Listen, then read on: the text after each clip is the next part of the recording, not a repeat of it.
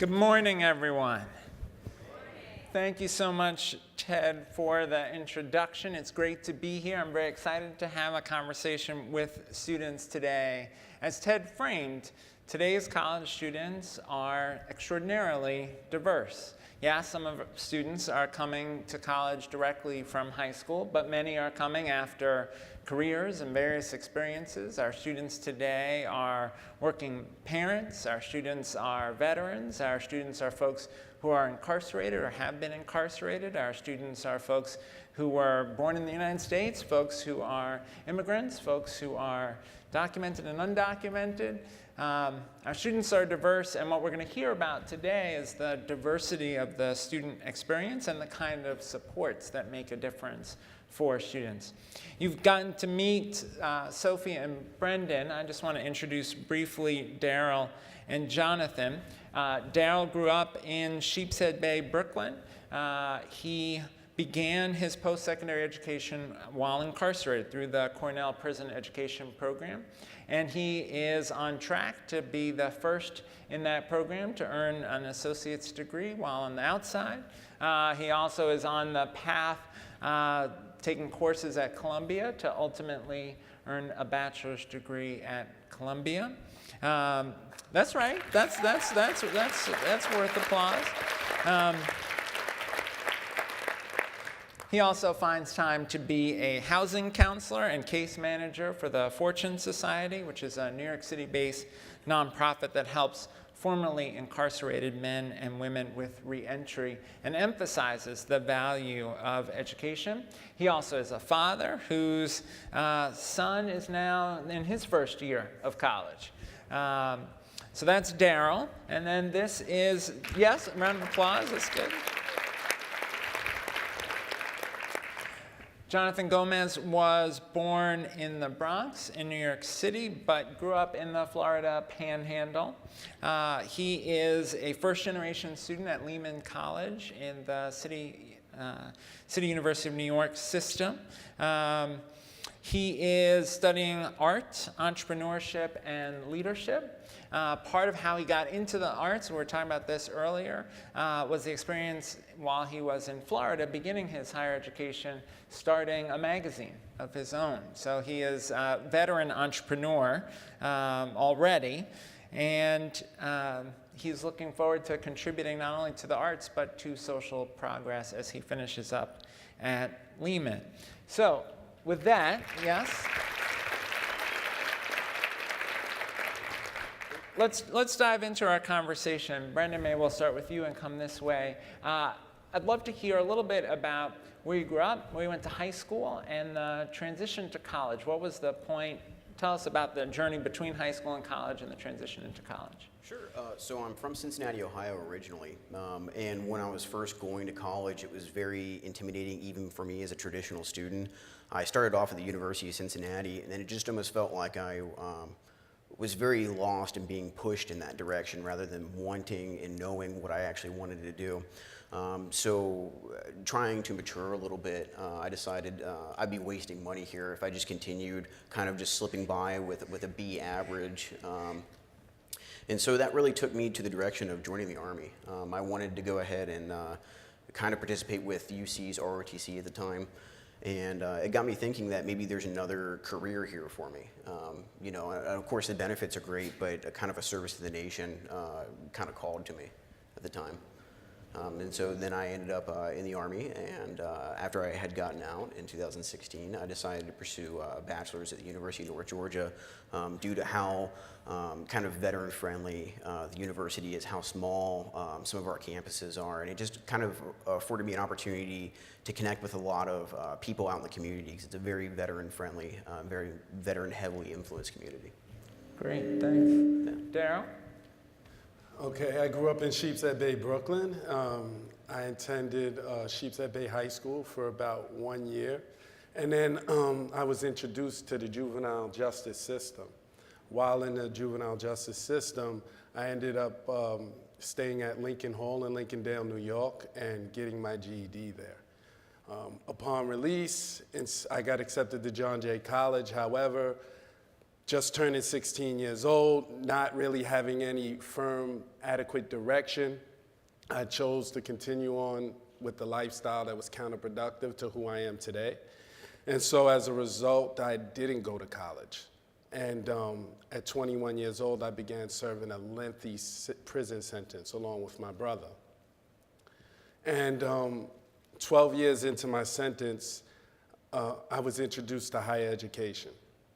Unfortunately, during those first 12 years, the highest level of education available to me was my GED, which I already had.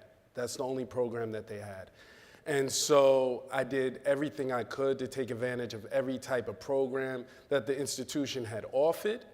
And I really educated myself. I read a lot. I read a lot of philosophy. I read a lot about psychology, and just did my best to educate myself because I wanted to be better upon my eventual return into society. In 2012, Hobart William & Smith College began offering credit-bearing classes in 5 Points Correctional Facility. I was selected to be part of the first cohort, and I continued on with that program all the way through 2016 when Cornell University came in and they had the funding available to offer an associate's degree program in conjunction with Hobart William & Smith, along with Cayuga Community College, because Cornell doesn't offer an associate's degree, so they partner with Cayuga Community College, which offers the degree. So when I request my transcripts, I have credits from Cornell, credits from Cayuga Community College, credits from Hobart William & Smith College, and eventually a degree, an associate's degree from Cayuga Community College. And higher education was essential and has been an essential component of my reintegration process. It's not only helped me, but it's helped my family. It's helped my son avert the school-to-prison pipeline. He's in his first year of college today, and that's it.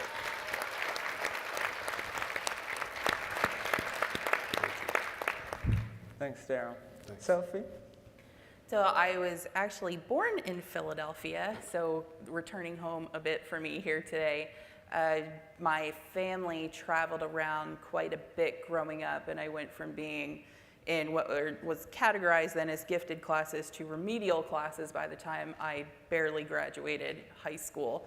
So I really struggled in traditional high school learning environments for a number of reasons. And because of that, my grades suffered. There weren't many opportunities for me in terms of scholarships to continue on higher education. And quite frankly, at that age, I was just unmotivated and did not know what I wanted to do with my life.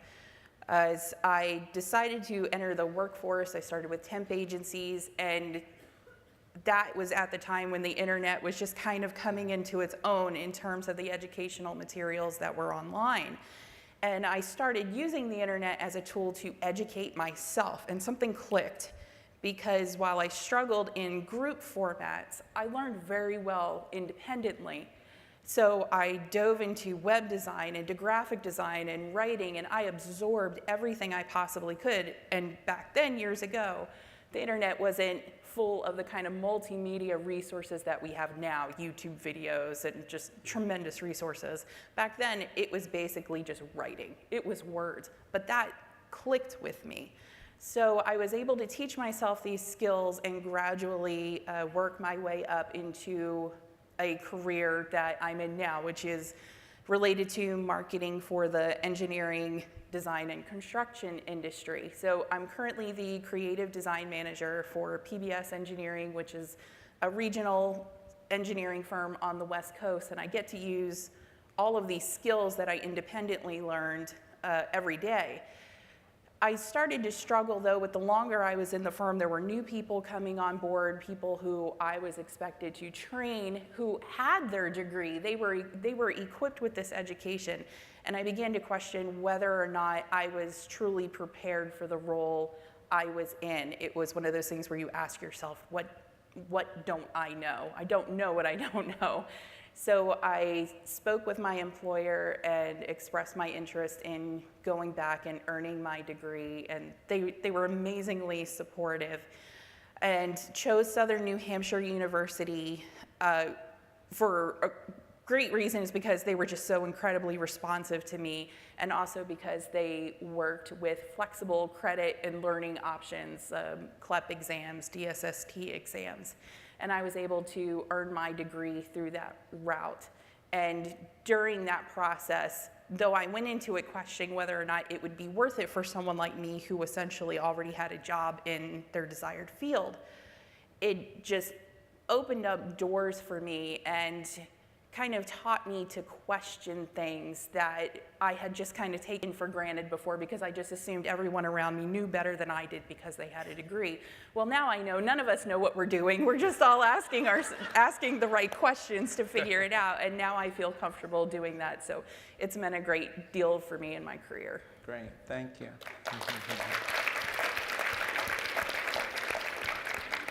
Jonathan? All right, so after high school, I went to Memphis College of Art, small little college with about 500 students. I was there for a semester, and I decided it wasn't for me, and I went back home. I re-enrolled in a community college and got my associate's degree. After I got my associate's, I went to Orlando at the University of Central Florida to finish getting my bachelor's. While in Orlando, I enrolled in a program at UCF called the Blackstone Launchpad, a cohort for entrepreneurship leader. I started a magazine when I was there, and after I started the magazine, I decided I would drop out of college, start the business, and then go back eventually. About a year in, the magazine went under. We lost funding, and instead of going back to school, I decided I would move back to New York. I was born in the Bronx. So I came back to New York and re-enrolled at Lehman, and I've been in Lehman now. This is my second semester. I've gotten involved at the college, again, with leadership programs, at the student government, and in any way I've been able to. Excellent, excellent, thank you. Let me ask you all, what's been hard? What have been some of the obstacles along the way for each of you in college? What have been some of the barriers you've had to navigate to get to where you are now? So some of the barriers that I've ran into, especially being a non-traditional student, has been trying to connect with your peer base, kind of something that I was talking about earlier when I received my award. It's really difficult to come into a university system in a state that you've never really lived in before, and then try to connect with other students because, here I am, 26 in my bachelor's degree program, and you ask people, trying to be friendly, trying to communicate and meet people down in the state of Georgia where I live now, and you find that not all their values are the same as yours, whereas people are seeking things like Greek life, fraternities, sororities, things like that. I kind of already have experienced that with the Army aspect, so people go, hey, join this fraternity, and I'm like, I'm okay,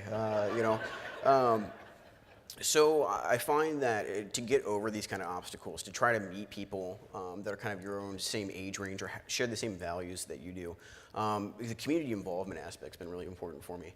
More specifically, I've been the president for our Student Veterans of America chapter. And what that is it's kind of a service fraternity. Like I just said, I wasn't going to join, but it's kind of a service fraternity, but it really focuses on academics and mentoring people that are in the same type of situation as you. Maybe they're moving to Georgia for the first time. Maybe they don't know anybody else. My wife was down there, I knew her, but maybe they're just moving down here because they thought University of North Georgia is a veteran-friendly college, so that's where I'm going to go. So then you run into obstacles like what veterans benefits are available? What programs are available? More importantly, who do I need to go talk to? Is it various different offices? Is it one office? Or, hey, I'm still in the National Guard and Reserves because a lot of veterans are. I just got orders. I'm deploying. What do I do? How do I do a military withdrawal? So it's kind of bringing us together in organizations like the SVA that get out there in the community and interact with people and make that kind of friend and networking base. But it's also important for us to get together to go ahead and help coach and mentor each other. Maybe I had this course. Maybe I ran into this veterans issue. So I'm a huge advocate of those types of peer-to-peer veteran advocacy programs at various universities. Great, thanks. Daryl, how about for you? For me, technology has been the biggest hurdle that I've had to overcome. And so after 17 years of incarceration, you come into a world that is so technologically different and is evolving by the second. And so when I started serving my sentence at the age of 21, Metro cards were just being introduced. They were still using tokens. There was no such thing as email, Gmail, or anything like that. So when I came home, I didn't know how to set up a Gmail account. And I was kind of frustrated because I'm looking at my peers, and I'm 40 years old now, and tomorrow makes 2 years since I've been released into society to be with my family. And thank you. And it was tough, and I had the support where my mother would not let me get up from the table until I mastered Gmail, okay? She's like, no, you're gonna do this, you're gonna get this. And so I'm taking currently 4 online courses along with my courses at Columbia University, a psychology class on social factors. And there's a difference between the two. As far as every class that I've taken on campus or in a classroom, I've averaged a 4.0. With my online courses, I've had a dip in my GPA, and that was due to the frustration that I was experiencing from trying to operate the tech. And I feel that colleges, if they offer or they look at the prospective student from a holistic perspective and understand their challenges, you know, maybe they can offer assistance to help them get over those particular humps. So for me, I was afraid. I was afraid to say, you know, I'm having problems with some of these timed assignments because I can't move as fast as the 20-year-old or the 18-year-old, you know. I can't whip through this like that. I need a little more time. Because I didn't want them to disqualify me from the semester and say that I don't have the computer literacy skills to be able to earn a degree. And so online. So I pushed through it, and eventually I did seek help from my professors, and they were very accommodating, and they helped me. And so the issue with tech has been it's been a big challenge for me, but I'm getting better, and I see it affecting every other aspect of my life, especially at work. Great, thanks. Sophie? For me, I would say very similar to Brendan's experience. It's accessibility to information to help prepare you for a non-traditional program. So for me, I went in knowing in conversations with my advisor a little bit about CLEP exams, flexible credit options, DSST exams. Once you're given that information, you have so many questions in terms of, okay, how do I study for these? Where do I take them? What kind of credit values do I have? Does this carry over to other schools? Will this impact me long term if I continue on to a graduate program?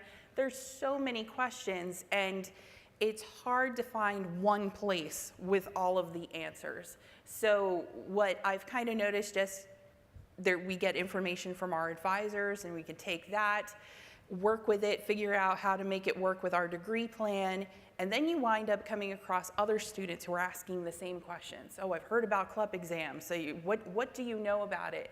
And you come across other questions. They're bringing in credits from other places. They have other unique situations. So for me, it was amassing all of this information, and I wound up putting it in one place online because I had so many questions from Facebook groups and other educational group forums that I was involved in online who wanted to know how I did what I did, and I felt like I was sitting on a gold mine because this is information that is out there for everyone, but not everyone is equipped with the ins and outs and the details of how it works. So I wound up spinning up a website and putting everything I knew about my experience with flexible credit options up there so that when a student approached me online and said, hey, I'm looking at this for an option, I may have to drop out of school because I can't afford certain classes, take a look at this first. it's not for everybody. And this is something that I think speaks to what you were saying. Online learning, learning in a classroom, all these various styles, click or don't click with certain students, or meet the needs of their future educational requirements or don't. But just to have that information is so valuable and can save students so much time and money, particularly ones that are really great independent learners or have experience already in some of these prerequisite general education classes. It can just take such a burden off the daunting prospect of taking on a mountain of debt in order to earn your degree. So for me, that was the biggest challenge, but it was kind of a labor of love at the same time, because I knew as I was helping myself, I'd have the opportunity to help others. Jonathan, obstacles that you've had to overcome? Obstacles. I've been in and out of the university systems for the last 8 years. And I found now that here at Lehman, I'm a part of the CUNY University system in the Bronx. And being a part of a community has always been a difficulty for me. When I went first to Memphis, then I went back to the Panhandle of Florida, Orlando. The resources out of the classroom have always been something that I look for, and I found them at Lehman. There's a sense of community and belonging that if you don't build the roots, or if I haven't been able to build the roots, it's hard to really sense like you belong. And I've found that now here at Lehman. You're on the student senate, right? Yeah. I just talk a little bit about that. Well, I didn't do a full term. They did special elections after the first semester, and I've just gotten involved, and I've enjoyed the time there. I feel like I can be a voice for the students and help give the change that students are looking for. So next semester I'll be running for the full term, and I'm also part of the leadership program at Lehman. So before Lehman, at University of Central Florida, I was in the Launchpad, and that entrepreneurship center is what helped me start my first business and get involved. But after it went down, I kind of felt that I needed to find somewhere that I wanted to build roots, and that took me back to New York. Got it. Let me turn to the topic of paying for college. And Sophie, you talked a little bit about kind of putting together an educational plan that would allow you to get your education done without a mountain of debt. So maybe we'll start with you. Talk a little bit, Sophie, about how you're paying for college, how you're navigating the cost of college. So cost was, I would probably say, the single most prominent factor that I considered when I went back to school, particularly for someone like me as an adult, and I already had my career started and under my belt. Cost was a massive issue. But for people who aren't like me, people straight out of high school, adults who are working hard to provide for their families and are just considering that opportunity, that's also the largest issue on their minds, is how do you pay for this?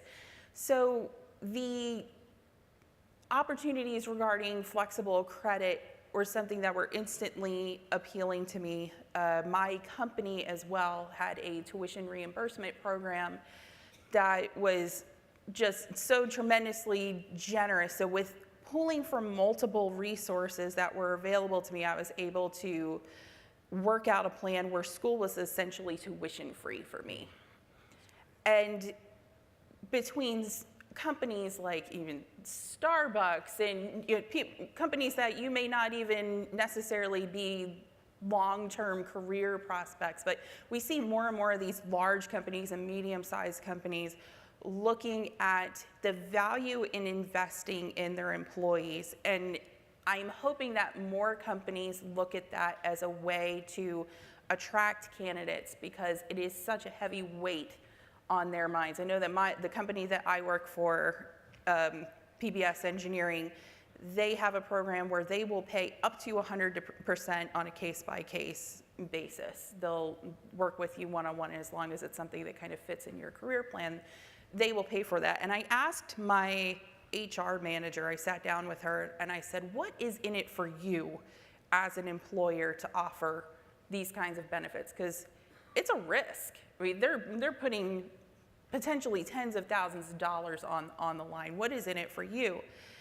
And she said, for us, it is an investment in our team. That yes, it costs a lot of money to invest in the education of their employees. It also costs a lot of money to retrain new employees.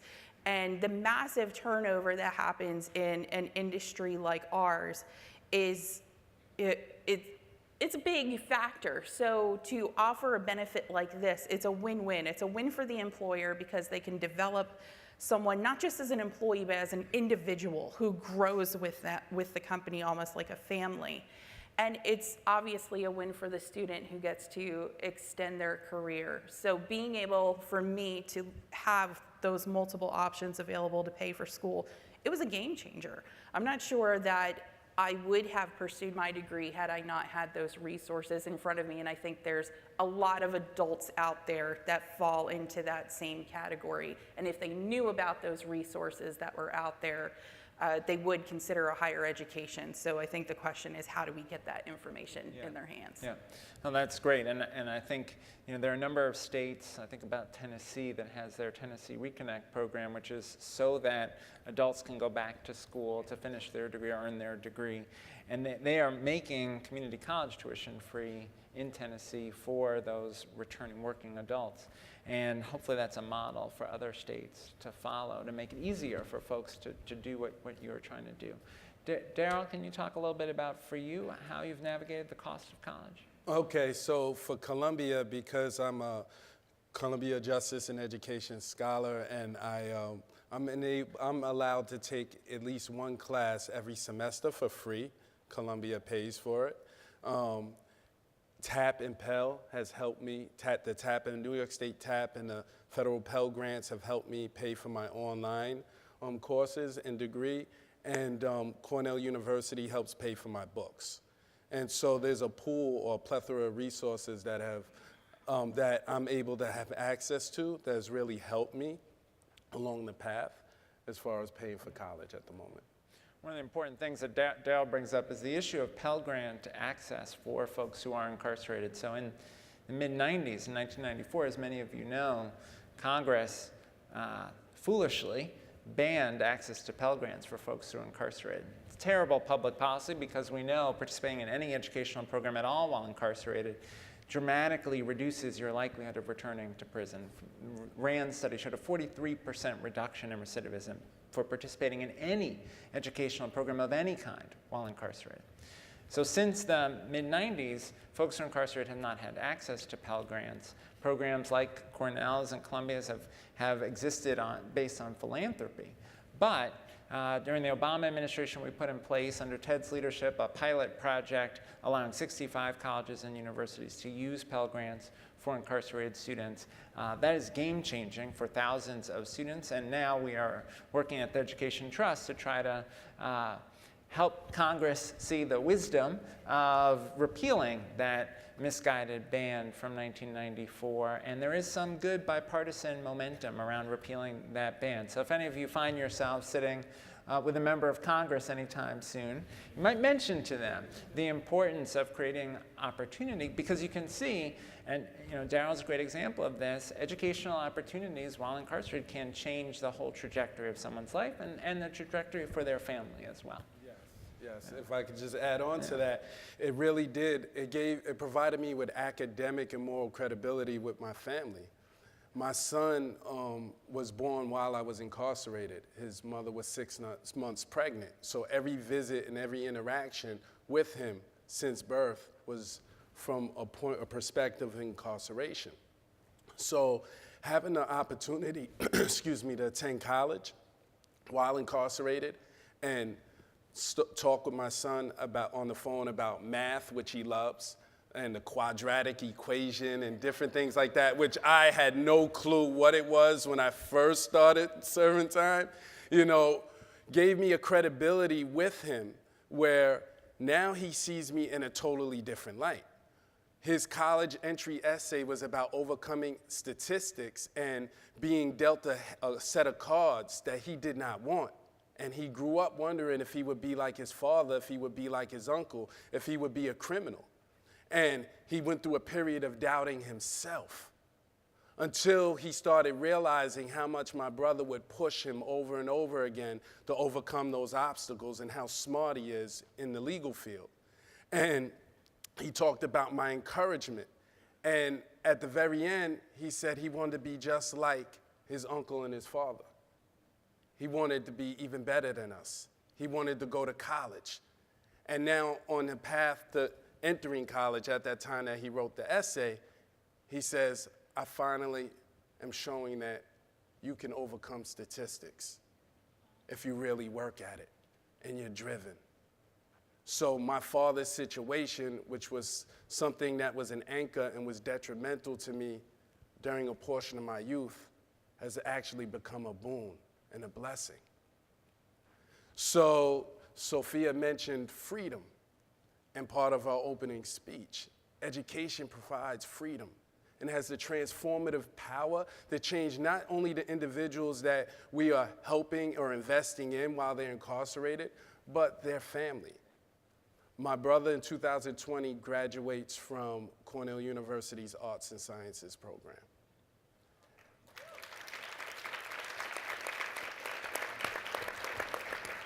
And I'm following the same path, hopefully, with Columbia. But the point is that had we had access, or colleges had access to Pell grants during the early portion of our incarceration, I would not have had to wait 12 years to attend my first college class. So when I was released, I would have probably been released already with a bachelor's degree, working on my master's. And most of the resources for education in New York State are closer to New York City. But most of the prisons in New York State are upstate New York. So access to college and Pell grants is extremely necessary. It reduces recidivism, as Dr. King stated, and it also enriches our community. So thanks. Thanks, Darryl.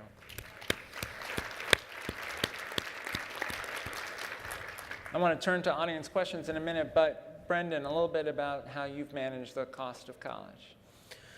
So I have Chapter 33 GI Bill benefits, meaning that when I served my time in active duty and got an honorable discharge, tuition and fees are actually paid for by the Department of Veterans Affairs. But what I really want to touch on is that a lot of universities that I've talked to, at least with how their veterans programs work, aren't aware of just how extensive GI Bill benefits can be. So I just use one chapter. I use Chapter 33, but there's vocational rehab. There's Chapter 32. Spouses and children can be gifted the GI Bill from their parent who served. So I find that there's a lot of like conflicting information out there, talking to a lot of different universities just about how extensive the GI Bill can be. But more importantly, that we have 36 months to get a degree. That's what the GI Bill is. And you might ask yourself, well, 36 months, it sounds very plausible, and it is. But you really have to bust your back to get there, because one day into a month, so if your finals go to May 4th, that counts as a full month of benefits. And so we receive a monthly housing stipend called BAH, depending on where your home university is located, that helps support the veteran while they're going to school, to help pay for whatever bills that they might have. But that BAH is going to be prorated for those 4 days. However, a month of your tuition and fees out of that 36 months is cut off. So effectively every semester you're tacking on an extra month away from those 36 months. So you really have to be heavy in those course loads, and you've got to be taking the 18 hours plus. You really have to be working as a full-time job outside the university if you're involved in research, publications, stuff like that that's not only going to benefit the student but the university as a whole. So that's something I think that's really important to keep in mind. Yeah, it also underscores the importance of good advising and guidance for students along the way. Jonathan, for you, how have you managed the cost of college? Well, I was never traditionally a good student. After high school, I didn't think I was going to make it to a university. I went and enrolled in the delayed entry program in the Marine Corps, which is before you turn of age, you go to training classes. So I was in that program for 8 months. I was planning to enlist right when I finished high school. And without my knowledge, a friend of mine signed up for a scholarship at Memphis College of Art. And I think it was about a month before I turned 18, I got a scholarship and I got accepted to a college that I didn't think I was going to be able to go to. So I resigned from the program and I went off to college. That was a 75% scholarship, and it didn't last after the first year. I decided I didn't want to stay in there, so I went back home. I went to a community college where it was a little bit more affordable without a scholarship. At that point, I used the Pell grants. I used money that I earned working full time, and I took out a lot of loans.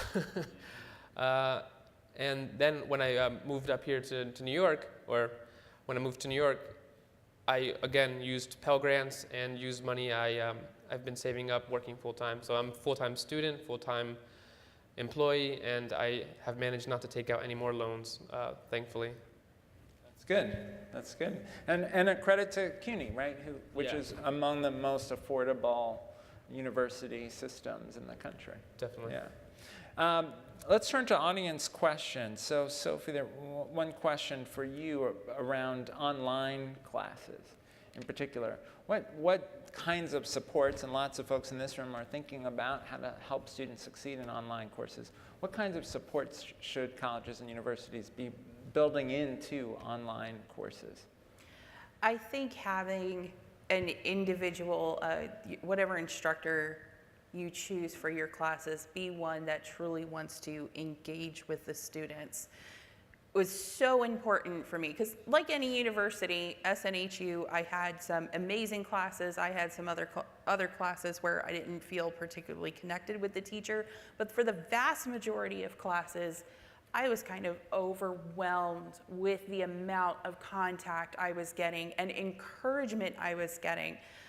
They go through and use a lot of the technological tools that help connect us, and I believe Turnitin was one of the programs they use to go through and make edits and comments on all of the papers and messages, and some of them used weekly video streams that we could connect with. So I never felt, I would say 99% of the time, I did not feel like there was a huge disconnect between my instructor and I. And for someone like me that didn't necessarily do really great in traditional classroom settings where there's a lot of competition, you feel that competition for the attention of the teacher and you don't want to capitalize their time.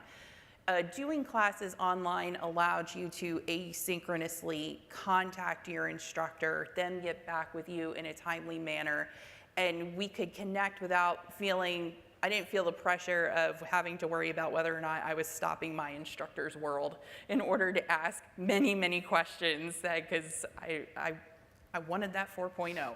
I had to have it.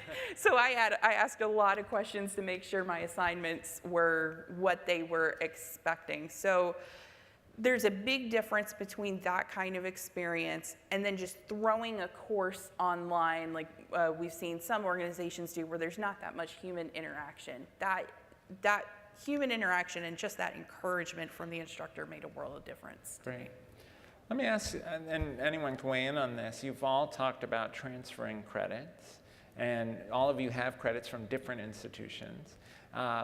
Sometimes that can be difficult. Tell us about what's been either an obstacle or helpful in making that credit transfer process work for you. I've been through, like I said, 4 colleges, and they don't always accept all of your transfers credits. So the private college, when I transferred to the college, the public college, they didn't take half my credits. That's fine. Then I went to the University of Central Florida. They took all the credits because I already had the associate's degree. And now when I came here to Lehman, or the CUNY, they take, I think it was 74 credits, and I had 98. So instead of needing another semester, 2 semesters to graduate, I need another 2 years, which at first I thought was going to be an obstacle, but I'm really glad that that's in place because it's allowed me to cultivate more resources, more relationships, more experience at the CUNY system. Yeah, but with some cost implications over the course of those 4 different institutions, Definitely. Right?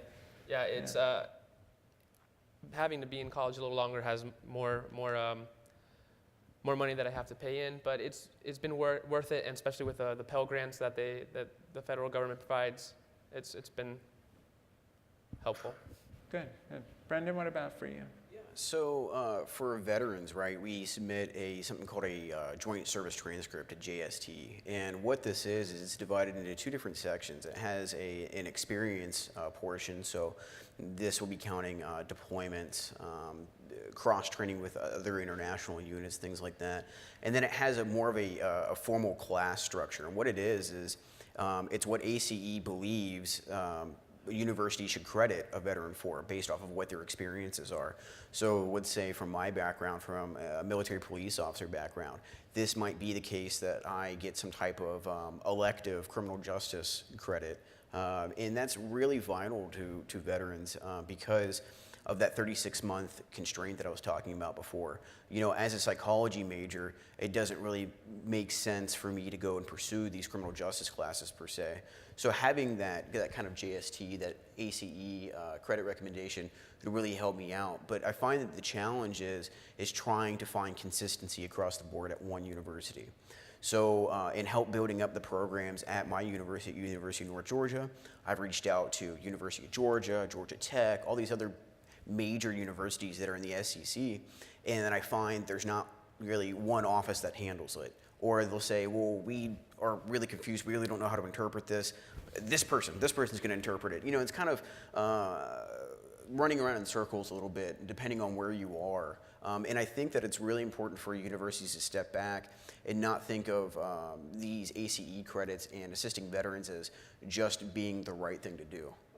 It is, however, I think that from a business standpoint, a lot of universities miss out on these kind of transfer credits and ACE credits because if I ask you right now at your university how many veterans you have, you know, the question might arise, well, why should we make so many resources, utilize so many resources and dollars on a really small demographic? And I would argue that there's a kind of being a revolving door here in America from what I've seen from these students with these ACE and these transfer credits hopping from university to university, not staying one place. And that's what I think keeps the demographic so small and kind of under the radar is that, let's say for instance, I'm at a university down in Georgia, Georgia Tech, but I find out that UGA is offering me more of these ACE credits. You know, am I gonna stay here at Georgia Tech or, am I gonna take advantage of that opportunity, maybe move to UGA or vice versa in order to meet those 36-month requirements. So I think it's very important to look at helping and assisting veterans and veterans programs, not only from a humanistic approach, but why it's smart as a business plan. Daryl, question for you. When you think about the folks who were incarcerated with you, what percentage of those folks do you think would have been interested in higher education? How much demand do you think there would be if we were to make higher education more accessible to folks who are incarcerated? That's a very good point. I think I'd say at minimum 50%. And I think the number will be much higher than that. I find that higher education in prison provides individuals with a sphere or a place where they're free, where they're looked at as human beings and they're not judged on their past or what brought them there. And why that's so important, because the students that many professors appreciate are those who really put in a lot of work. They have that grit, that grind, that determination to do the best they can. I was taking an English 400 level class with Hobart William Smith on the Legend of King Arthur, and I had to write a 20-page paper. Now, today you could just type it, but I had to write it. And there was a lot of effort, a lot of work had to be put in to do it correctly. And so I like to say that my brother and I and many others that you may know, we're not the exception to the rule. There's many of us like that would take full advantage of a college course and a college degree program if it's offered. And then along with that, understanding that there's support from the academic sector upon their release. So now it's not just a degree in prison, it's not a prison degree, but there's tangible results in society. There's support in society that I can actually attend college. I was awestruck when I'm standing on Columbia University in front of the Hamilton statue, and a year ago, I was in a prison yard. And the stark contrast between the two, and I never thought I would be able to set foot in an Ivy League institution, let alone as a student with other students. And so it was really important for me to have that opportunity. And the example that the academic institutions set when they accept individuals, the non-traditional students like me, is they send a message that we're all inclusive and we're here for you. And education does matter, and we believe in the value of education and how it can transform lives. Fantastic. Well, so we are coming to the end. Let me ask you each to give one piece of advice that for college presidents, their cabinets, campus leaders, about how best to support students like you and the peers that you've gotten to know in college. So one piece of advice. We got to go quickly because we are running out of time. So I'm going to start with you, Jonathan. I'll just run down the line. Of course. So I would say that outside of the classroom, the resources that you provide your students is so important. What I've learned in the classroom has been great, but the opportunities that have been provided to me outside through relationships, through programs, leadership programs, entrepreneurship programs, those are what have helped me continue going on and getting past the hurdles of failure. So. Excellent. Sophie? I would say if your organization doesn't already have a robust program that considers ACE reviewed credits such as CLEP, DSST exams, other flexible credit options, please take a look at that. Don't consider it as a threat to revenue. Rather, consider it as a key that unlocks an entire pool of adult learners that are seeking a degree, and this is what helps make it possible for them. Great. Darren? I would say, of course, Pell grants, advance them for everybody to be able to receive Pell grants. And on top of that, technology. I think from a technological standpoint that instead of just assessing the students' math and reading skills, assess their computer literacy skills, but in a way where it's not punitive, where they're barred from taking online classes, but that they take the right amount so they can be weaned into the online course process. Brendan? So I would say invest in a one-stop shop for veterans at your university. Again, it comes back to that kind of rotating door issue where they might be such a small demographic at your university, so how many resources can we really allocate to having somebody who advocates for the veterans at your university and not having multiple offices have these responsibilities, have it be in one place, have it be centralized, localized. This, I think, alleviates the issues of veterans knowing where to go to seek these resources. But I think that it also does a really good job of bringing the veterans together, kind of having that cohesion at your university. And I think that you will really see a difference in the retention of veterans and the influx of veterans to your university. 'Cause the word travels. If a veteran is at your university and goes, hey, this is great. Hey, my buddies that are getting out, hey, come bring your guaranteed money here. Come bring your GI Bill here. Let me tell you why. It's such a veteran-friendly university. I've been able to overcome all these obstacles. I've been able to get out in the community. I've been able to pay for college and not have to worry about anything. Having a one-stop shop or one office, maybe if it's just like 2 staff members, 3 staff members, I think would really benefit your university. Thanks. Please join me in thanking this thoughtful and inspiring panel.